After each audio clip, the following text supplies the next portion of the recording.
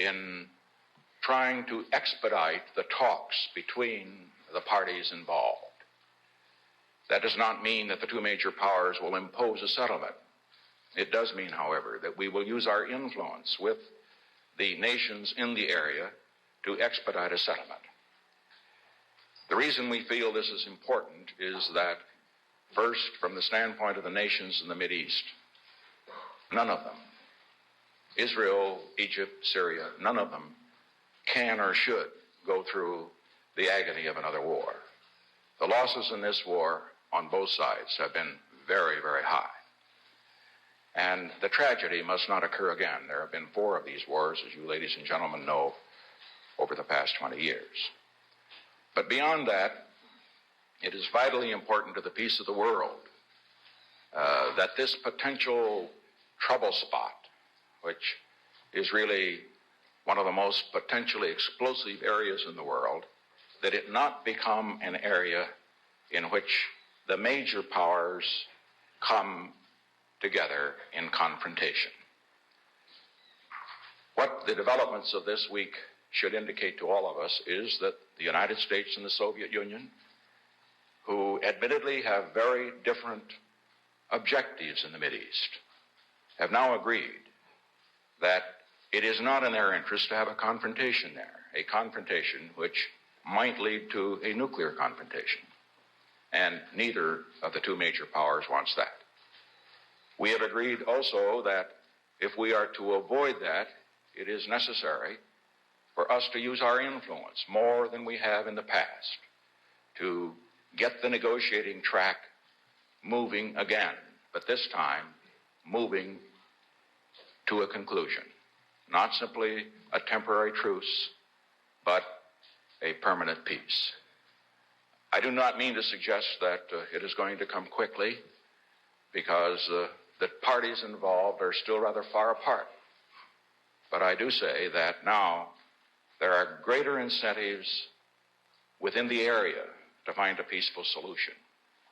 And there are enormous incentives as far as the United States is concerned, and the Soviet Union and other major powers, to find such a solution. That was President Nixon in October 1973 on the prospects for a permanent peace in the Middle East, a peace which today seems ever more elusive. Good evening and welcome to the first Nixon seminar of 2024. I'm your host, Mary Kissel. Thank you for tuning in. Tonight, we're joined by our co-chairs, Ambassador Robert O'Brien and Secretary Mike Pompeo, and of course, our distinguished seminar members. Our topic, the Gaza war and the prospect of a wider Middle East conflagration. What are the lessons we can take from the Nixon era? So welcome, everyone. Ambassador O'Brien, Secretary Pompeo, I want to start tonight with you, but before we jump into the main topic, just a quick sidebar. I would love to hear your thoughts, if you have them, on the Taiwan election results. We were thinking about doing the seminar on that, but we didn't have time to do a full seminar on both. So a few thoughts, please, sir. Ambassador O'Brien, first to you. Well, I think we saw a triumph of democracy. And what I've been saying for many years is that one of the most exciting things that we've seen in recent times is the transition from the Republic of China from an authoritarian regime to a democracy. I think they've done better than South Africa. They've done better than many other countries in Eastern Europe. They've had the peaceful transfer of power between two parties, between the KMT and the DPP on multiple occasions. And this time, the Chinese got involved in election interference. And just like they've tried to do it, influence and interfere in elections in America, they did it in a big way in China, in the Republic of China and Taiwan. And the Taiwanese people rejected it. They rejected the fear-mongering from Beijing. They rejected the election interference. They rejected the use of TikTok and other social media to try and undermine the democracy in Taiwan. And they elected William Lai, a great Chinese leader, to be the president of Taiwan. And Bi Kim, his vice president, who was ambassador. Many of us know her and spent a lot of time with her. And so I congratulate the people of Taiwan. It's a great victory for democracy and a great victory for freedom in the world, and a great rejection of the totalitarian and authoritarian ways of Beijing. No, Secretary Pompeo, that's such an interesting point by Ambassador O'Brien for contrasting the progress that Taiwan has made since really just the late 1990s when they first enjoyed truly full democratization. Please, sir, your thoughts on the election results. Well, Mayor, it's great to be with you on this first gathering of the year. It was a great way to start the elections. There are going to be over half the people in the world vote this year in elections across the globe. It was a great first election for those of us who believe that individuals can stand up to tyranny. And in spite of all the propaganda, the Taiwanese people certainly chose that. It is complicated. The legislature itself will prove very complicated. It's a coalition government. So that will be a challenge for leadership. But I think it was pretty clear that there are very few Taiwanese of this generation and the ones that come behind it who are going to have anything to think about being part of a mainland China Communist Party. I think they understand that's not the place for them.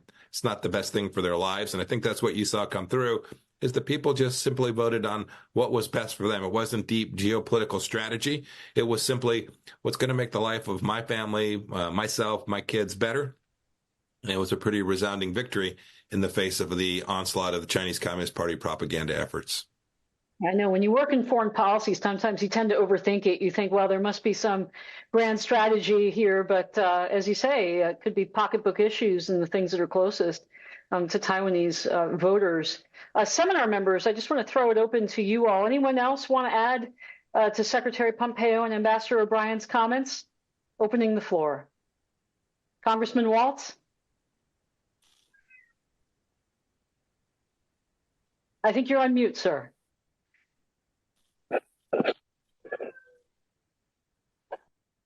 Nope. Okay. Well, I think he's connecting to audio, a few more audio difficulties. Congressman, can you hear me now? Well, it looks like you're having computer issues, and we will come again to you soon. Let's go back then and start off with the main topic of the day, the conflict in the Middle East. This was actually the topic of our last seminar in 2023, but we returned to it today because of the fears of a broader war. Ambassador O'Brien, restraining Soviet influence was a big part of President Nixon's kind of grand strategy in the region. And today we simply have a different power exerting influence, and that is Iran. How do you read Iran's efforts to broaden this conflict, and where do you see their tentacles? Well, President Nixon spoke about how difficult it was to have peace in the Middle East, and yet just 3 years ago, Secretary Pompeo and Jared Kushner and President Trump and myself and others were involved in bringing peace to the Middle East, and we showed it could be done. And one of the things, surprisingly, that caused the Abraham Accords to come about was a concern about Iran, but also a concern about China. And, the Chinese were being shut out through the work of the State Department and the Commerce Department and the NSC from American technology. And they were going to Israel and trying to get technology from Israel. And one of the great byproducts of the Abraham Accords is we started bringing capital in from Bahrain and from the UAE into Israel, into the tech sector in Israel, and pushing the Chinese out. And so now what you see the Chinese and the Russians doing is supporting Iran. And it really is an entente. It's a triple entente of Russia, Iran, and China. And they're attempting to dominate the Middle East. They're attempting to break the alliances between America and the GCC countries and Israel. The hostility towards Israel now is out in the open. They're supporting Iran, which in turn is supporting Hamas and Hezbollah and the Houthis. And so the great power competition is back in the Middle East as it was. Unfortunately, we don't have a partner like the former Soviet Union that I never thought I'd call him a partner, but at least was responsible in their statecraft and working with President Nixon to make sure that things didn't escalate in the Middle East. Now we have Russia and China escalating, using Iran as a proxy and as a alliance partner to promote chaos and destruction and threaten our allies in the Middle East. So it's going to take some strong American diplomacy. We need to put all the tools of national power back into play when it comes to isolating Iran. When Secretary Pompeo and I left office, and Mike was really involved in this on a day-to-day basis, we'd isolated Iran. Iran had $4 billion in foreign currency reserves in January 2021. They were about to go bankrupt. They couldn't fund the Houthis. They couldn't fund Hezbollah. They couldn't fund Kataib Hezbollah, Hamas. Now Iran has foreign currency reserves of $70 billion because we took a road over the last 3 years of appeasement as opposed to maximum pressure. And appeasement hasn't worked. It never works in history. And so we need to get back to a strong policy on Iran. We need to push our adversaries out of the region. But we have to back up our partners and allies there so that they do the heavy lifting with our backing. And then we can stay focused on the Indo-Pacific and Europe and not get pulled into the Middle East war. But at the same time, we have to back our allies in a way that we just haven't done for the past 2 years. And we've got to give up on this crazy idea of appeasing Iran. What I tell people is Iran's just not that into us. Doesn't matter how much hostage ransom you pay them. Doesn't matter how much sanctions relief you give them. You can't buy their friendship. You can't buy their love. And we got to stop doing it. Well, Nadia Shadlow, I know you want to jump in here. Please take the floor. Secretary Pompeo, I'm coming to you next. I just think to highlight, it's a really important point and a difference from the tone of President Nixon's comments, which we saw in the beginning of the program, which was essentially the idea that major powers wanted to avoid confrontation. You don't get that sense today with the way that Iran, Russia, and China in this case, but also remember, North Korea is always lurking in the background, right? We've seen them more active in the conflict in Ukraine, but that doesn't mean they can't be active or troublesome here too, as well, in terms of their capability to provide ammunition. So I think that really is a fundamental difference, this axis of disruptors. It's a difference from the time in which many of us on this call worked on the 2017 National Security Strategy, where we identified and brought out the problem of great power competition. But one difference from the current period is really the way that these four countries are working together, and three of them in the Middle East now, Russia, Iran, and China. So it presents a set of different problems for us, and ones that are really worrisome. And China, could be much more proactive in being a force for stability if it wanted to in this particular situation. And it's shown that it has not wanted to. And so I'm sure some of the experts on the call, I'd love to hear their views on why. Yeah, Secretary Pompeo, just to add on to Nadia's comments, this axis of disruption, so to speak, is it feasible to think that they've just come together in the last couple of years, or was this building when we were also in office? Was there more that we could have done? Sorry, you're on mute. Mayor, I'm sure that's true. There's always more that one can do. But we had brought friends and allies alongside of us to confront Iran at least. And had convinced them also that America was a better partner than China, at least in most material respects.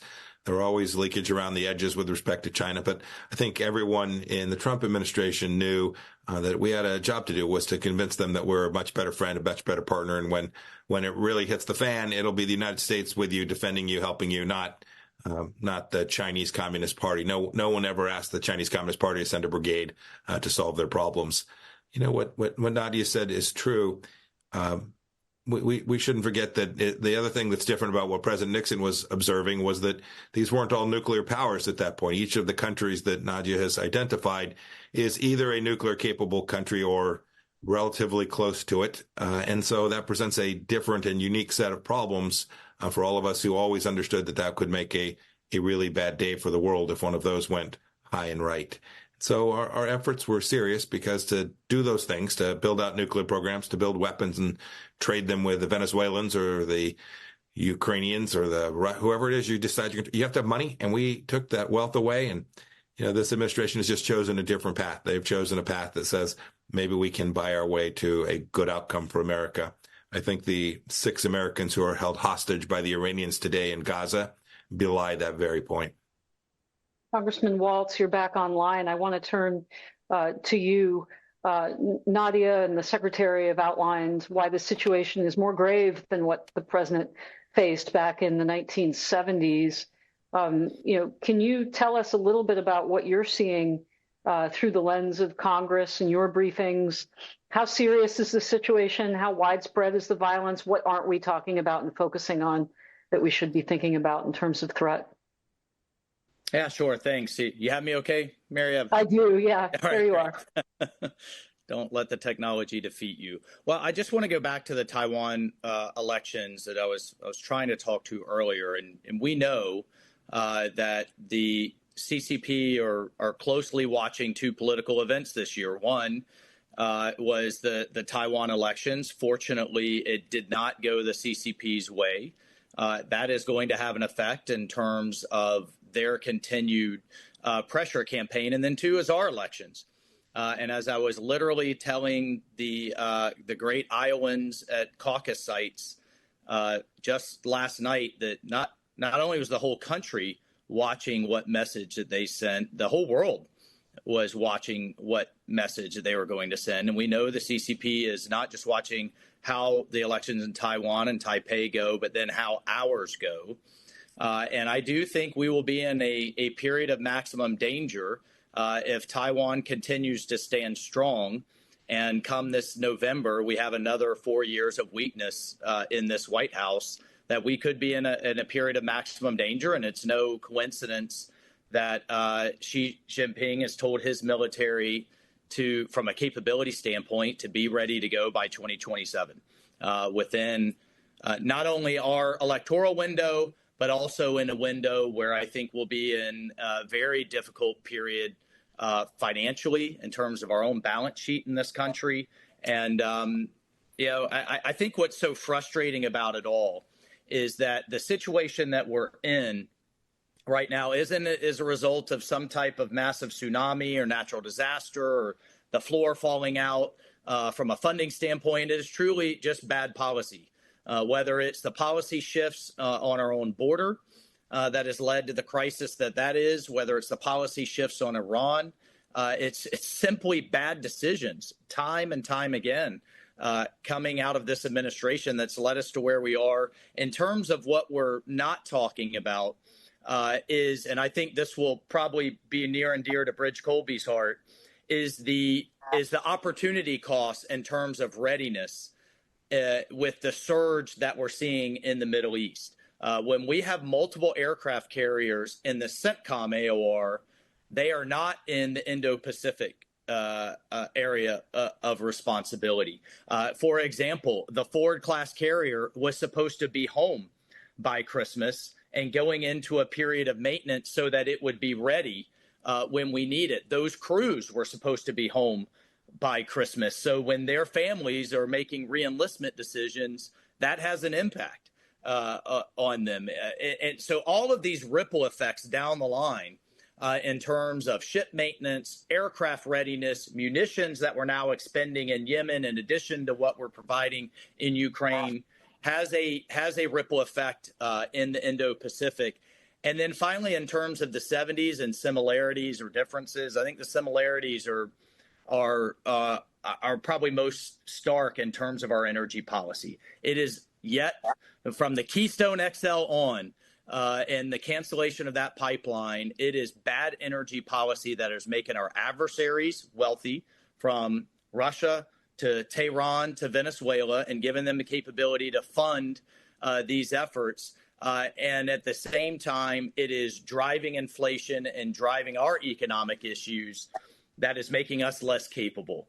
So again, I could spend the rest of the hour going after, bad policy decision after bad policy decision. And it is, case in point, we just got notice that the administration is going to redesignate the Houthis after they undesignated the Houthis right after the Trump administration designated them. But not the same designation. Not the same designation. But I'll stop because sadly we can go on, as I said, the rest of the night with bad decisions that are leading us to where we are.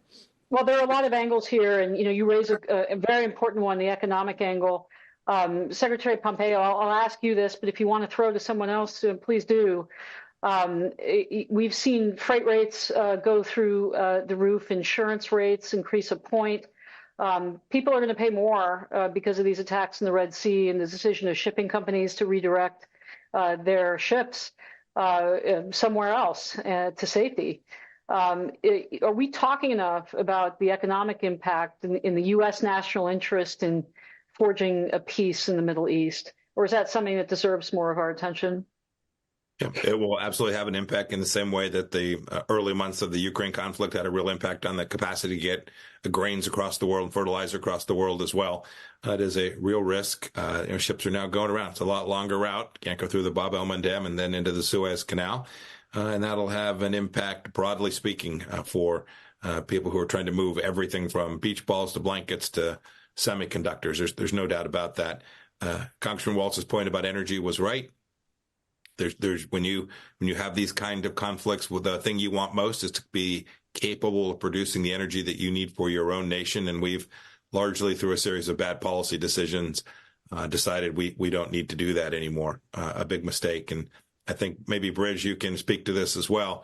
This is also connected to what took place in the voting in Taiwan, right? This is deeply connected. There's a huge manufacturing base there in Taiwan that the Chinese Communist Party would dearly love to get their hands on and be able to restrict from use for American, not only commercial interests, but certainly our security and national and our equipment, military equipment interests as well. This is a global economic challenge, and we often get caught up talking about missiles and submarines and carriers. I get it, but we should never remember that trading in the U.S. dollar and the capacity to move goods around the world matter an awful lot to the American people too. Bridge, jump in. All right. Well, thank you, sir. Thanks, Mary. Thanks, Congressman and Ambassador. Great to be with you again this new year, although a sobering time. Just on the Taiwan issue, I think building on Congressman Waltz's comments as well as Secretary Pompeo's and Ambassador O'Brien's. I mean, I think it is inspiring and very encouraging to see the election on Taiwan. I think the danger has now intensified, and if you read between the lines in the news reporting, you can see that. Because I think what's become now translucently clear to me, to us, and therefore you have to assume to the CCP and Beijing, is that there's no peaceful solution to unification. And I was at a Shangri-La conference last summer, and Li Shangfu, the then defense minister, who's since gone somewhere else, but he issued a very specific threat upon the election of Lai Ching-te, William Lai. And that's now come to pass. Obviously, Lai was ahead in the presidential voting. The legislative yuan is a different story. But I think the key thing is the Kuomintang and the DPP, the third party, they are not pro-unification either. I mean, I met with the KMT candidate when he was in Washington, spoke to some of them. And at least ostensibly, certainly significant factions in the party, and the one led by Ho, the actual candidate, were pretty similar in security policy. They were not talking about, Ma Ying-jeou, the former president, was actually not invited to a campaign rally right before or on the day of the election because he'd said something very flattering about Xi Jinping. Now, that's all good because, we sympathize and support that. But it's also bad because it makes it increasingly clear to Xi and to the leadership in Beijing, and it's my impression, I don't think anybody really knows, but that the control is pretty centralized. There may be some factional politics going on in Beijing, but, Xi and his coterie seem to have a lock on it. There's kind of to forgive the term, like a peace offensive going on right now, where the Wall Street Journal is reporting, and I've been hearing from this and that, that the Chinese, don't want to rock the boat, and they're calling it, it's almost absurd, but they're calling it the spirit of San Francisco. And the administration has its own reasons, which by their own admission has to do with the fact of Congressman Waltz's point, is that they're distracted by their own terminology in Europe, the Middle East, and by the re-election campaign, which I was pretty struck when they admitted that part out loud. But the Chinese, to me, I have to be careful to everything doesn't look like a nail, and I'm the hammer. Of just one sort of lens, but I will have to say that nothing significant has changed as far as I can ascertain in Beijing's policies or behavior. The military buildup continues. There was a story in Bloomberg the other day that looked like it was leaked by the administration deliberately to downplay the Chinese military risk about water and ICBM silos. The reality is the Chinese are shooting missiles. They may not, and they hit targets. In fact, speaking of the Ford carrier, we just identified that there's a huge mock-up of the Ford carrier out in their targeting range. So, they're shooting these type of targets. I don't know if they shot that one yet. They're continuing the nuclear buildup. They are continuing to, Secretary Pompeo, to your point and Mary's, about economic deterrence. despite the economic headwinds they're facing, they are continuing on their course. Their party work program at the end of last year, it's continuing on that, which is designed to hold on in the face of sanctions.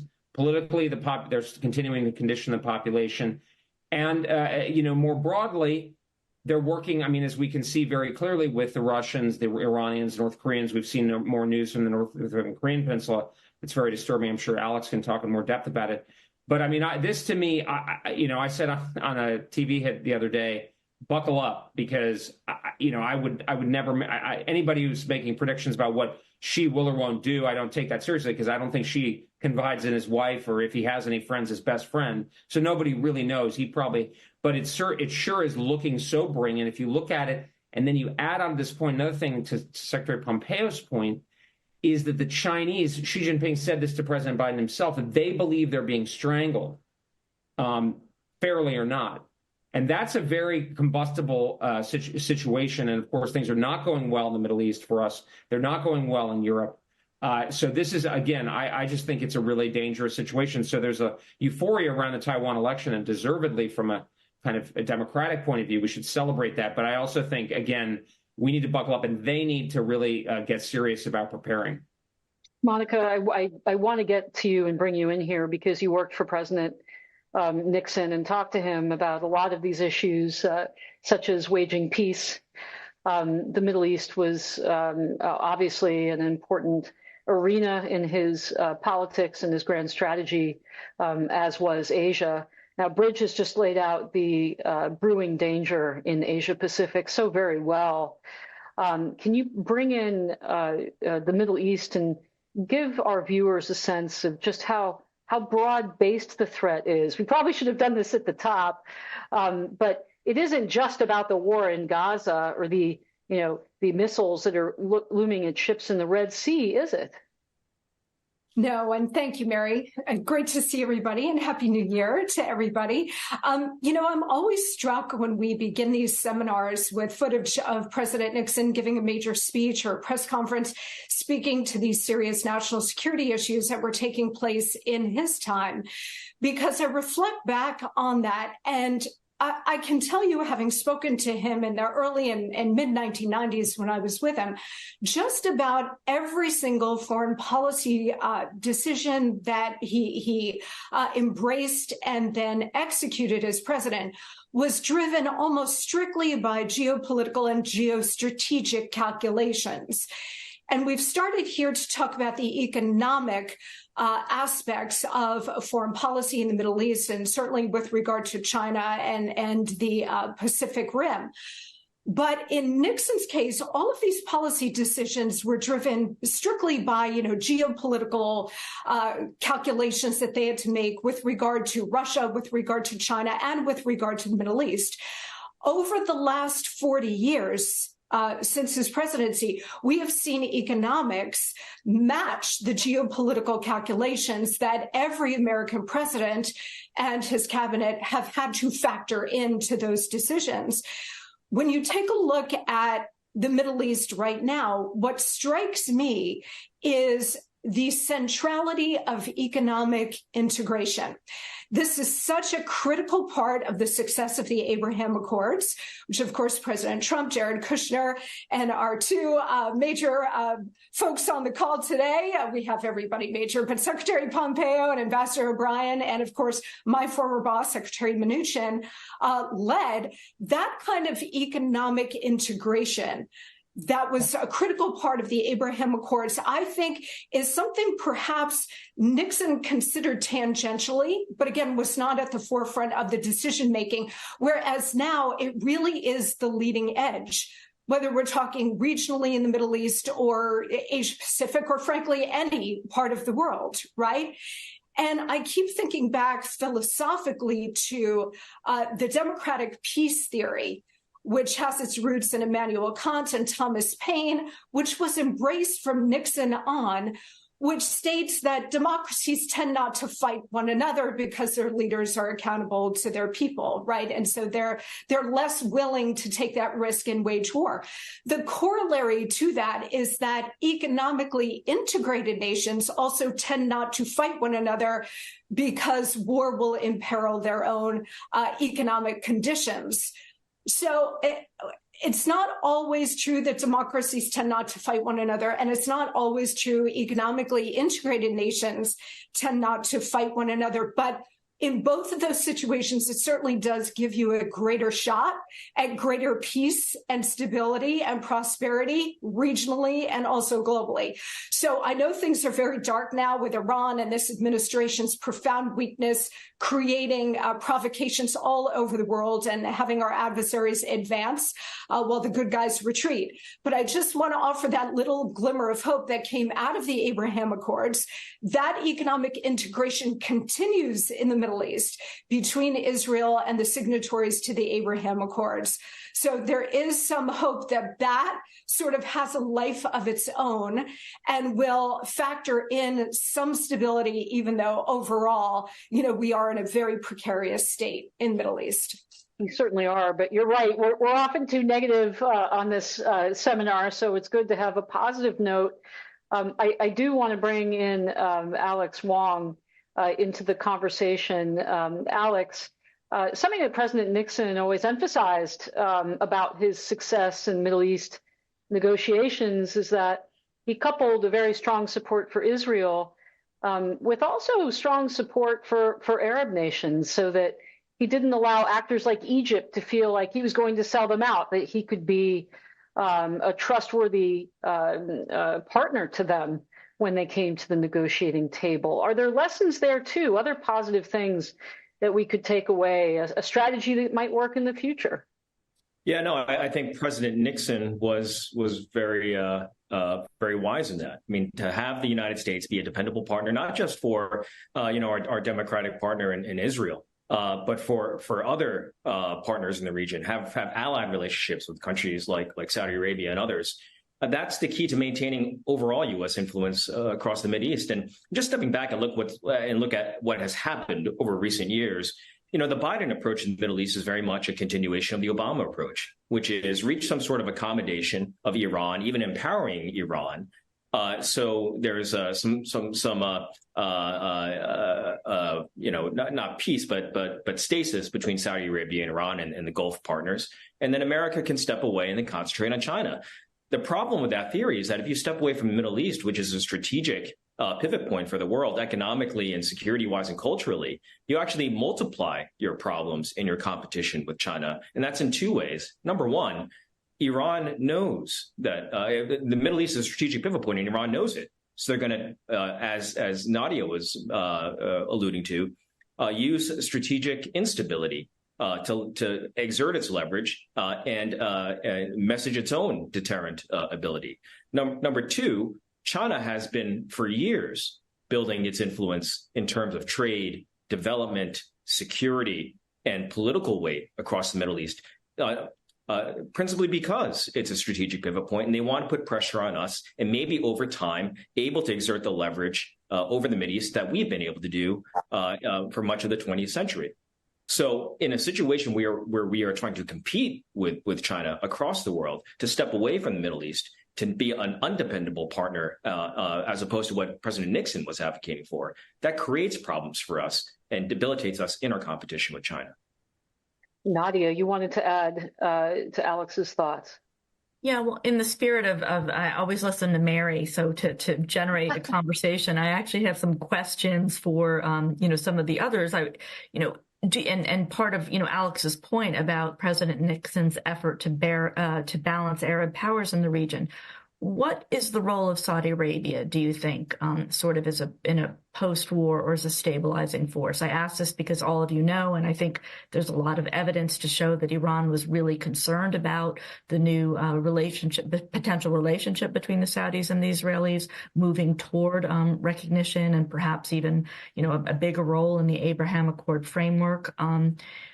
How do you think that could that be, a positive stabilizing force going forward? Is that too optimistic? I'm just wondering what some of you might think about that. And if you don't Nadia, speak up, I'll call on you. No, Nadia, this is Mike Waltz, and I found Jake Sullivan's comments at Davos really astounding, in that it seemed as though the framework the administration is establishing is geared towards generating pressure on Netanyahu and his government far more so than it is on the Palestinians to reform or Hamas to walk away from its grotesque terrorist ways, or on Iran.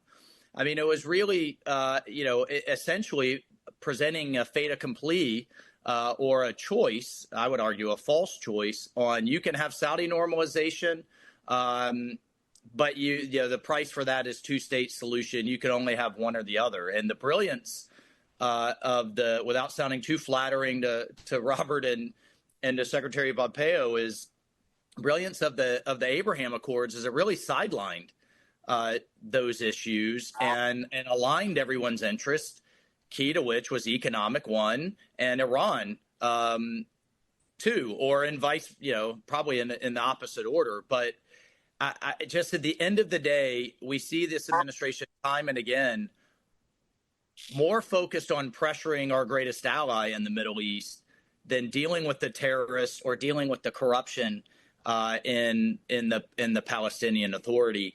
And rather than establishing a framework where Jordan, Egypt, Saudi, and others can truly reform, help the next generation of Palestinians step up and lead, anyway, I'll set my frustrations aside. I think you get where I'm going. And I think, once again, we have bad policy decisions at the core of what's going to be long-term issues. And the next administration, and I've made my preferences known that it's a Trump administration 2.0 is going to have to dig out of it once again. Thanks. Mary, Robert, can I jump in? Oh, yes, sir. So just a quick comment and then a question for the team, for Mike and Secretary Pompeo and the bridge. The first comment I'll make is, when we did the Abraham Accords, it's one of the few things that never leaked. We kept it quiet, and Secretary Pompeo will remember this, right up until the time that we had the call between Bibi Netanyahu and Mohammed bin Zayed at BZ.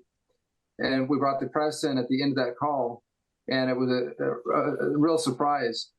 With the courting of Saudi Arabia by Jake and Tony Blinken and Jake Sullivan, they were very open about it. They told the world, we're going to get this deal. We're going to get Saudi Arabia to join the Abraham Accords. We're flying to the region. They were trying to generate positive political press and momentum, I guess. And we all support Saudi Arabia joining the Abraham Accords. They were very close to doing it at the end of our administration, President Trump's administration. But they negotiated in public, and that led to the concern that the Iranians had, and in part, I'm sure, to the timing of the attack on October 7th. So I think this public diplomacy is not always the best way to handle these things. Sometimes it's better to do it quietly and then make the announcement once you've got everyone signed on the dotted line. The question I've got, and this was spurred by Mike's comments, and glad you were in Iowa yesterday. It was pretty cold from the rest of us who were watching on TV. But obviously, our adversaries would love to see 4 more years of a very weak America that's focused on appeasement and not on peace or strength. But is there a concern among the panel and Secretary Pompeo and Congressman Waltz and others that our adversaries are looking at the state of things, not knowing American politics, not knowing how close the election is going to be, no matter what the situation is, and a year from now it'll still be a close election. We've seen that since 2000. Is there a concern that people are going to say, hey, we need to get while the getting's good, and take adverse action and malign activity and engage in malign activities over the next year, knowing that they've got at least 1 year left of a Biden administration where there will be very few, if any, consequences for their malicious conduct, and knowing that if President Trump comes back, or some other president, although it looks convincing like it'll be another Trump administration, do they take action knowing that they've got a year to go, to take advantage of American weakness, and are we concerned about that? Bridge. Mr. Secretary, I know you have to go in a couple minutes. The Bridge, just a quick comment. Sorry. Please go ahead. No, I'll defer. Thank you, Secretary. Well, I'll be quick, Bridge. First of all, Congressman Waltz, you can't flatter me too much. You were afraid of it. Don't worry. Take that risk always. More seriously, we're talking about the Kingdom of Saudi Arabia. Think about the last 3 years from their perspective. The United States of America designates you a pariah. Second, you have missiles fired from these same Houthis that are now giving the entire world problems. And the United States says, we think that Secretary Pompeo should have an ethics investigation because he provided Patriot missiles so the Saudis could defend themselves from this very threat. All right. You no longer recognize the United States of America as someone who, when it really matters, will be there in the crunch. And so you begin to you engage in exactly the kind of behavior that Bridge has written about and Nadia talked about in the strategy. You hedge. You go find friends elsewhere. You get a little closer to the Russians. You reopen your diplomatic relationships with Tehran.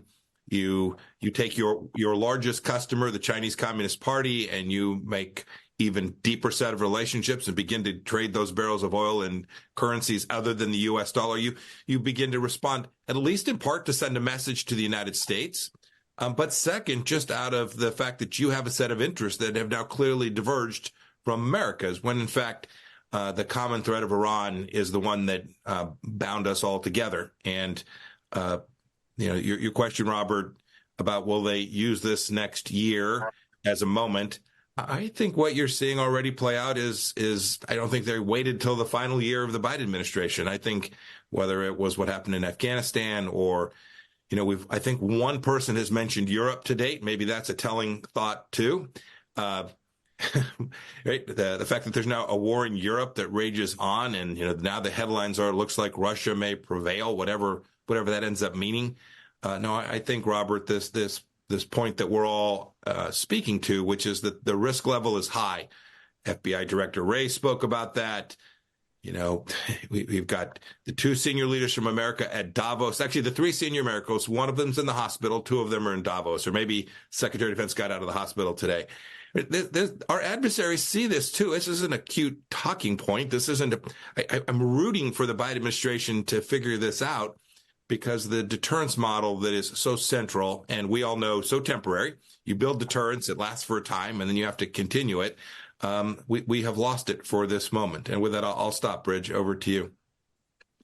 Well, thanks very much, Mr. Secretary and Ambassador, to kind of respond to you. I think, look, I honestly do think this is a really serious consideration, and it worries me a lot. And I mean, we're all Republicans on here, so people are going to discount that accordingly. But I just don't take it from us. I mean, I mentioned this in passing, but during the Xi Jinping summit, before the meeting in Northern California, this was from Politico. I remember this distinctly. 3 senior administration officials told the press, Politico, that their goal in the meeting was to stabilize the situation because they couldn't handle anything else other than the war in Ukraine, the European situation, the Middle East situation, which has actually worsened since then, and the re-election campaign. And then, of course, you have a historically unpopular president. I believe the ABC or NBC News poll indicated 33% approval rating. Crisis on the border, can't get through. I mean, a year ago he was saying that the Ukraine situation was a battle between democracy and autocracy. Now he's saying, I'll do it as long as I can. I mean, just objectively, rationally, not calling for significant, historic increases in defense spending, not calling for, they just released this national defense and industry strategy that's just a catalog of the problems that everybody's seen for years and years. There has not been dramatic change. I mean, if you're just looking at this rationally and you say, Xi Jinping ain't going to find a peaceful solution to the Taiwan scenario, situation, and he believes we're strangling him. And then, oh, by the way, Kim Jong-un apparently and Alex and others can say how significant it is, but it sounds significant. They're moving forward on their ICBM program, and they're collaborating more closely with the Russians. And they've said peaceful reunification or some kind of confraternity with South Korea is now off the table. And you say to yourself, well, nobody knows how the elections go, as Robert was saying, but Kellyanne Conway was on TV earlier this week around the Iowa caucus. She says one of President Trump's top priorities is going to be China. Okay, well, if you're China, you're saying, I'm not going to wait around for that potentially. So I'm not saying it's going to happen, because maybe the Bloomberg is correct and maybe the U.S. Intelligence Committee is right, or elements of it, that the PLA just doesn't think it's ready enough.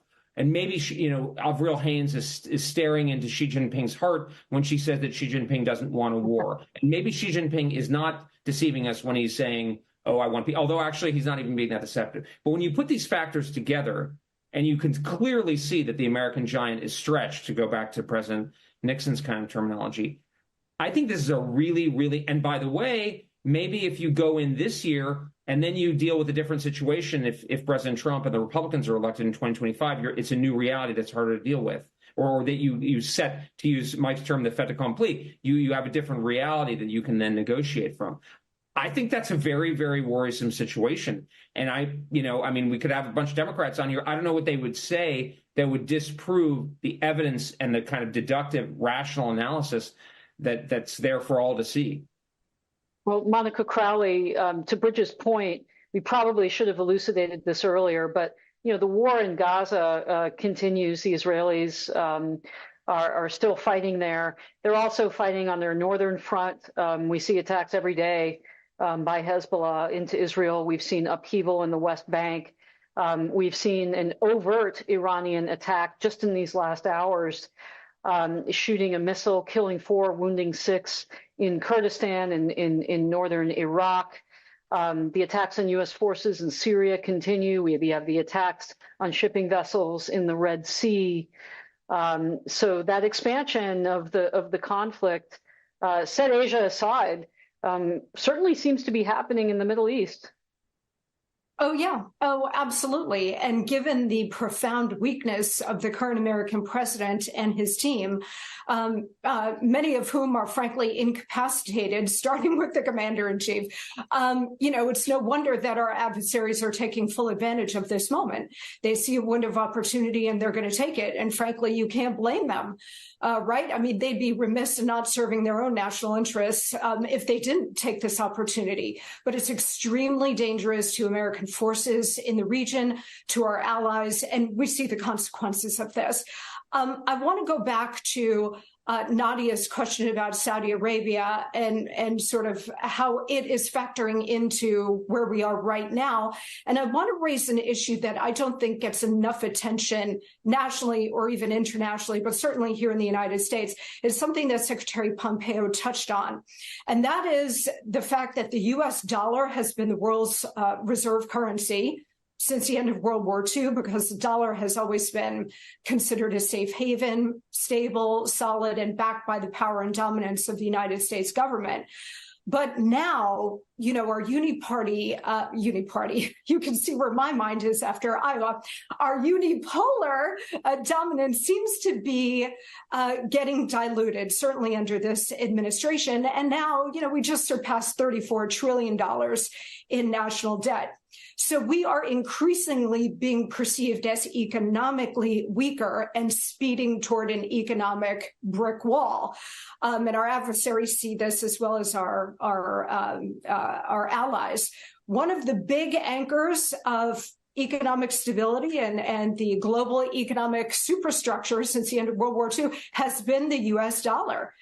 And one of the big anchors of that has been that oil has been traded in dollars, right? So now you've got the BRIC countries led by China, and they're beginning to move away from the dollar. I don't know how quickly or easily that can be done, but they've certainly expressed that intention. And now you have Saudi Arabia expressing openness to trading oil in a different currency.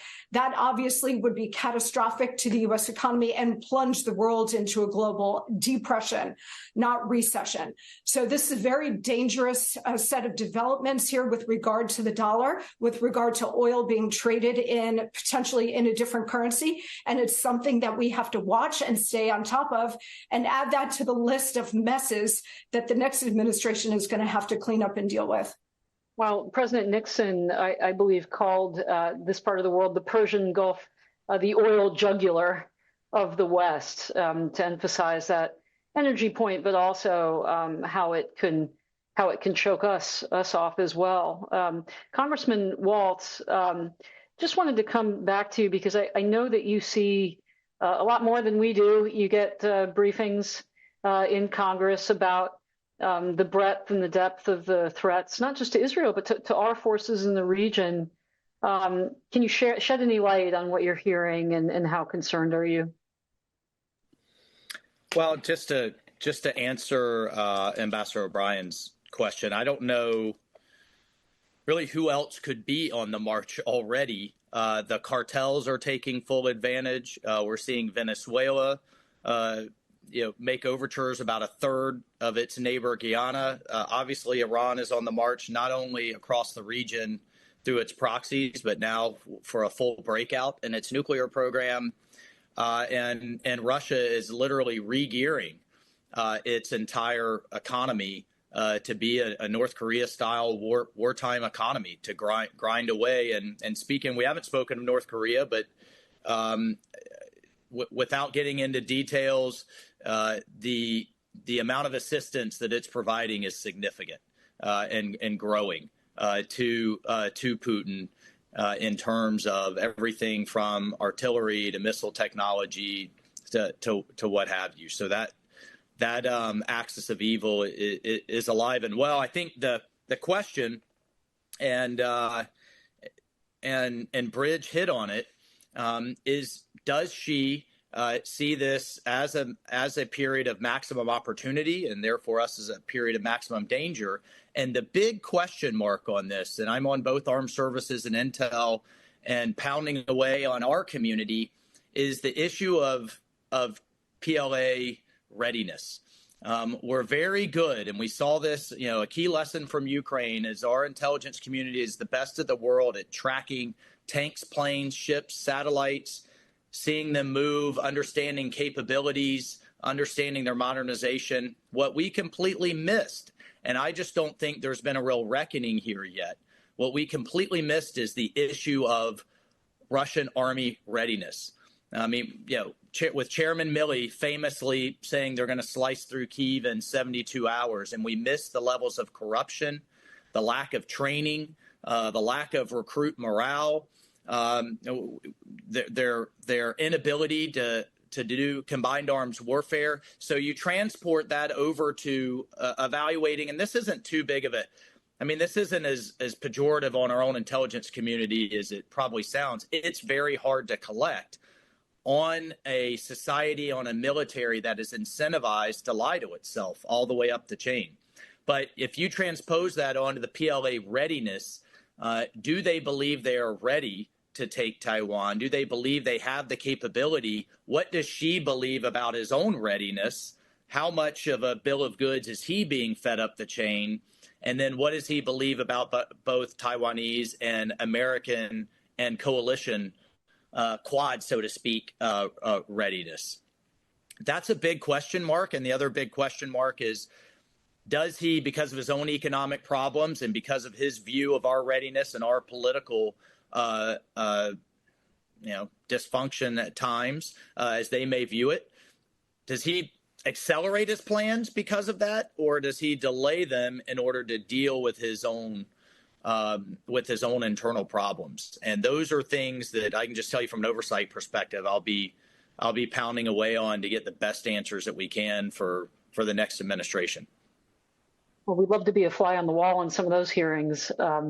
We're getting close to the end, so please start thinking about your closing thoughts. But before we do that, Alex Wong, you were personally involved in the North Korean negotiations. Can you shed any more light and add to what the congressman said about North Korea's role in the Middle East conflict, the topic of tonight, and/or its supplying of Russia? Yeah, well, I'm not sure how much they are currently are going to be involved in the Middle East. I think they definitely have that capability, as they've shown, to ship arms over to the Ukraine front.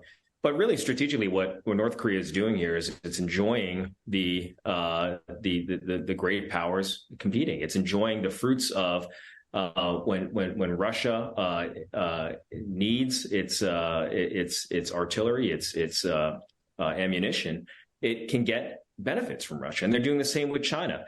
That's why you see Kim Jong-un kind of feeling his oats right now, launching missiles, making declarations, because he is breaking the sanctions regime with the help of China and Russia. And beyond getting the financial benefits when the great powers are fighting like this.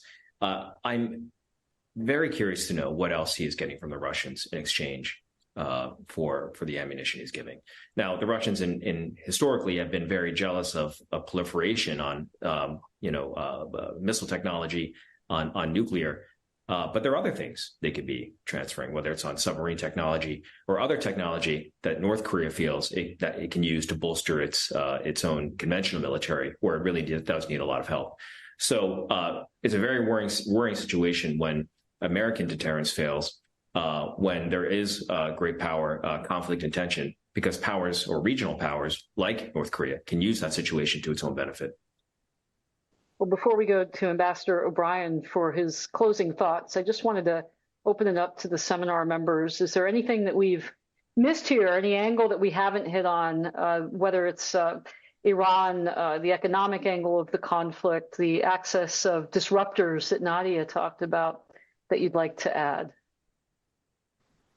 Mary, could I just Yes, please, jump Monica. in? Please, One thing that we haven't spoken about today, which I think is such a critical piece of the Middle East puzzle, is the role of Qatar. Because it's a very complicated situation there. Obviously, we have a major military base there. But the question is Qatar a vital U.S. ally? Is it a tacit terror supporter? Or is it some combination of both, right? Like an oil-fueled player of the double game. And I think that it's obviously a complicated question and a complicated relationship, but it's something that I think deserves airing out. And are we using our influence to curb those activities of supporting terror? Lots of questions there, probably enough for an entire other seminar. Show. Yeah, exactly. That's right. So Nadia, did you want to jump in here? No. I was just saying that's another show. Bridge, Alex? Maybe just one last point. We talked a lot about energy. I mean, one point I want to make here is I think there's a delusion when, even if we move forward on the energy security policies that I think as Republicans we generally support of producing energy here in the United States, that doesn't insulate us from the Middle East. That doesn't diminish the importance of the Middle East strategically to us. Not to get too detailed, but obviously oil is a world market, so prices are affected if there is a cutoff or a strain on the supply in the Middle East. But beyond that, even if America could produce as much energy as we could use, we'd have no ability to be a swing producer, to control prices, to up because of the nature of our oil reserves, to up our production, to control prices. Saudi Arabia really is the only country that can do that. So that makes them a very strong or important partner for us. And again, enhances the need for us to be present in the Middle East, to see it as a strategic pivot point and not step away from it, which is where I really disagree with the Biden administration, that they tried to quote unquote, park the Middle East to concentrate on other parts of the world. You need to look at the Middle East, have a real strategy there in order to expand and defend your interest across the world, not just in the region. And Nixon spent time both not just in Israel, but in Saudi Arabia and the broader Middle East, to your point.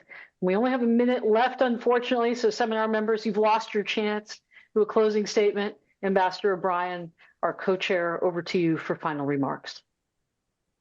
Well, I was taken by something that Mike Pompeo said, and that is he's rooting for the Biden administration. And I am too. I've been rooting for him for 3 years because it's good for America if we're strong. We've got a president that's respected and asserting American interests overseas and being a force for good. But unfortunately, they're now 3 years in. This is no longer a new administration. The old Obama policies that we hope they move away from are still in place, and then they're doubling down on it. So we've got to return to a peace through strength posture as a country. We've heard that from everybody in the seminar. One of the things that gives me real hope for the country is a sense of optimism of the people on this seminar. I mean, everyone on this seminar, I think, is going to play a role in government in a new Republican administration. But I think the American people are going to have to make a decision. Do they want more weakness? Do they want more appeasement that leads to provocations of our allies? Or do they want to return to a peace through strength policy that we had under Ronald Reagan and that we had under President Trump? And I think it's going to be a very stark choice for the American people. I try not to get too political in these conversations, but the Biden administration has shown that they're not going to return to Ronald Reagan's peace through strength policies or the successful policies of the Trump administration. It's 3 years in, they've had their opportunity, they're not going to do it, and we've seen the results, and it's catastrophic for the country. So I'm glad to see that Mike was out in the cold doing the caucusing, and I think the American people are going to have an important decision to make. I hope they make the right decision, and we return to a posture of strength as a country, because that's good for America, but it's also good for our democratic partners and allies around the world, and it's good for world peace and freedom. Well, a lot to chew on tonight. We've covered a lot of angles. I want to thank our co-chairs, Ambassador O'Brien and Secretary Pompeo, for their contributions. I'd like to thank our seminar members, the Nixon Foundation, and you for watching. That's it for this month's Nixon Seminar. I'm Mary Kissel. Good night.